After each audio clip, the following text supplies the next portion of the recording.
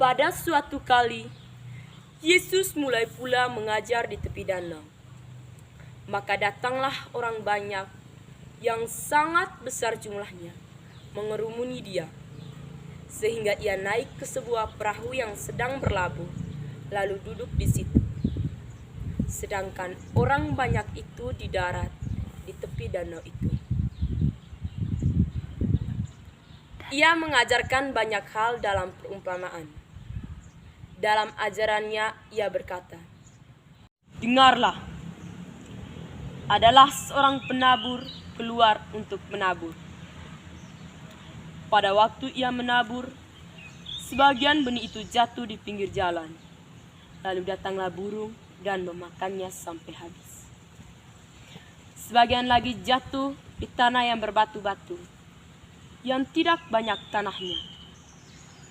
Lalu kemudian benih itu pun segera tumbuh dengan subur. Tetapi ketika matahari terbit, layulah ia karena tidak berakar.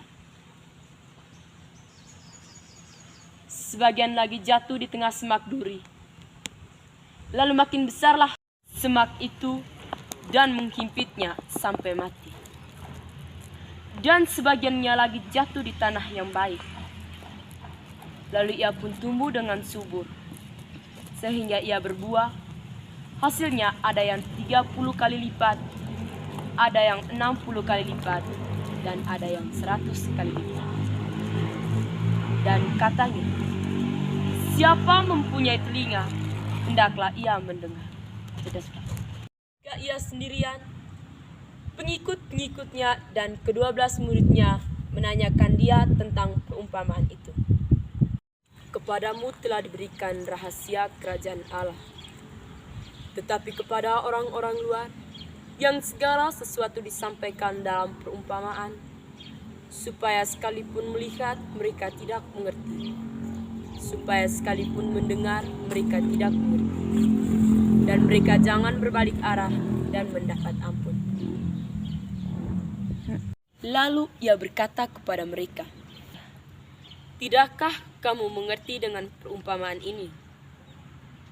Kalau demikian, bagaimana dengan perumpamaan lainnya? Penabur itu menaburkan firman.